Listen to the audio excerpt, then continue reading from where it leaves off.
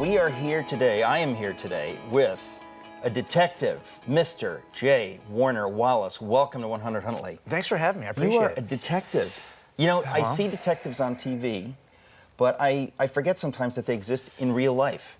You're a real detective. And it's probably not as much fun as it looks like on TV. I've kind of learned that it's a little less glamorous. Really? Yeah, sometimes it's like long, extended periods of boredom punctuated by moments of terror and excitement. I don't watch, you know, CSI or those kinds of shows, but so many people do, and there's become a whole culture around that sort of thing.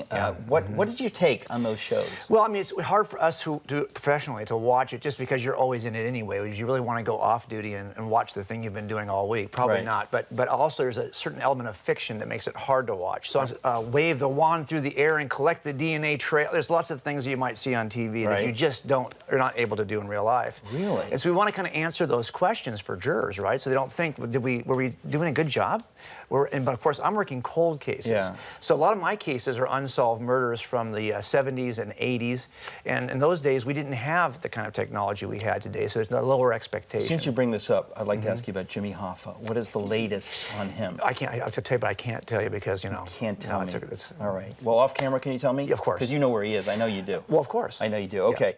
This has brought you, your solving cold cases led you into something which I could hardly believe this. I mean, you've written a book called Cold Case Christianity, is that the title? Right. By J. Warner Wallace, check it out. And it's a crazy idea. I mean, I want to hear you, tell us what is this book about, or tell us how you came, you know, I guess you were an atheist and then something happened, so tell us a little bit about this. Yeah, a lot of it just traces my own personal journey through this. I was a pretty committed atheist, I was kind of an obstinate atheist until I was about 35. Are there any other kind? Of course. Oh, come on. And I think my dad, for example, is a very dispassionate atheist. Okay. And he would say, hey, you were the angry one. I'm not angry about anything.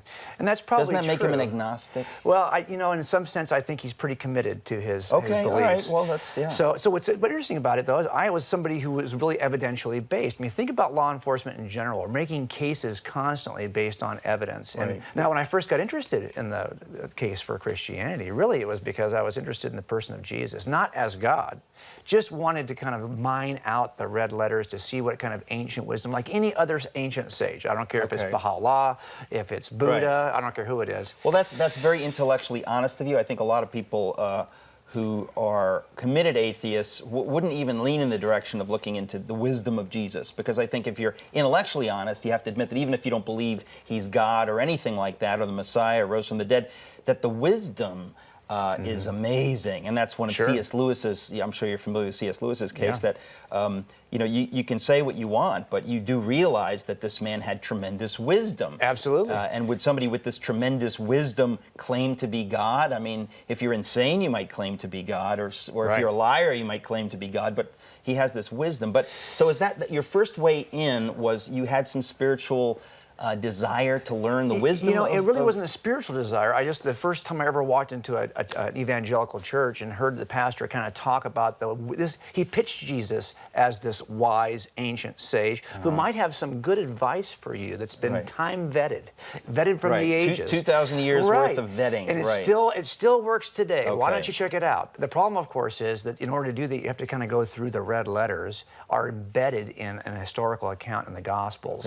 Before you even say this, I want to know, what was an atheist doing in an evangelical church? What happened? You know, my wife was the kind of person who kind of grew up as a kind of a cultural Christian, really not really aware of what all this entailed, or even the principles or doctrines of what Christianity presented.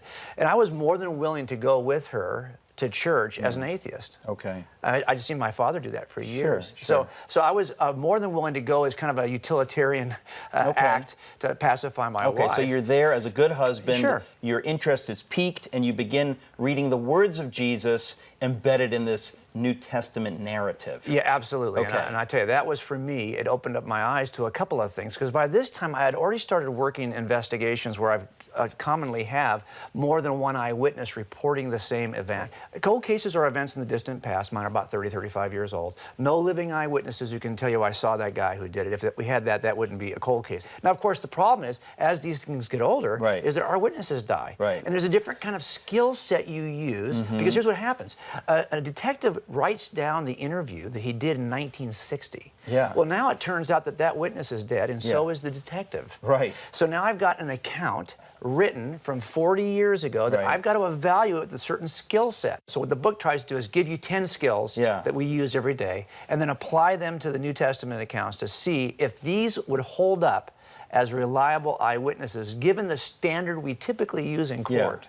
And we have a certain standard. In California, we have 12 or 14 questions that we allow jurors to think about as they Right. consider the reliability of a witness. Okay. Well, those break down into 4 major categories, and so I let those 4 major categories kind of vet through the eyewitness accounts in the Okay. Gospels. Now, Now, as you're doing this, at some point does the light go off and you go, uh-oh, this sounds like it maybe happened? yeah, here's the problem for me. There's a big liability as a detective in the eyewitness accounts that are presented in the Gospels because Right. they contain supernatural events. Right. And so for me, as a really committed philosophical naturalist, that was the barrier that I thought I could never jump that. Okay. So I don't care how good they look, I Okay. don't care how well they measure, Right. they're going to be a problem because they include supernatural Okay. events. Now, but here's what I really stopped and had to ask myself, well, wait a minute. The thing that I'm investigating is whether or not something or someone supernatural could occur or exist. So that's really the focus of my examination, my investigation is about the supernatural. So therefore, I can't begin with the presupposition that nothing's supernatural. It'd be like Right. walking into a homicide scene and deciding up front, I know what kind of suspect did this. Right. And I've done that, by the way. Yeah. And every time you do that, Yeah. you end up wasting time because you determined the end from the beginning, and that's never a good idea. Yeah. So what I had to do here was suspend my disbelief, suspend my suspicion Okay, yeah. about the supernatural, and let the text tell me what's the most reasonable inference Yes. if I wasn't already biased against the supernatural. But the intellectual honesty of that blows me away because most committed materialists, they would simply say, that's out of bounds. That's not acceptable. So you're open to that. I mean, we're running out of time here. We're going to have a web interview with you after this. But just to end our TV time together, okay, so what happens? At some point... At some point, you get to the place where you realize, and any witness gets to this, and I don't care what kind of case it is, at some point you get to a place with a witness where you realize, wow, every way we could test this witness, they seem to be reliable. Are we now going to accept what they say about our suspect or not? Right. And if they're reliable, we're asked, hey, if they're reliable and they pass this test, then you don't have a good reason not to accept what they're telling us. Right. So I got to a place, maybe 6 months into this search, where I said to my wife, I said, you know, I'm pretty committed that these are I'm pretty convinced they're reliable accounts. The problem is I don't even know what the cross thing's about. What is the whole I don't get it. I don't. Why does it die on a cross? And that, though, for me, so I had belief that this was true before I had belief in. Okay. But I had to get through belief that to get to belief in. This is so crazy. Now, you detail this journey in the book. In the book, Okay. yeah. Well, since we have to close now, the book is Cold Case Christianity. Cold Case Christianity. I am absolutely fascinated that an atheist with an open mind and a background in detective work could apply that and come out where you came out. I hope people will get the book. Again, it's Cold Case Christianity. Jim, I'm thrilled to have you. If you want to hear the rest of this interview, and it's going to get crazy, come to us on the web, 100huntley.com, and we'll tell you a little bit more. But as for now, thank you. Thank you. And thank you for being with us. We'll be right back.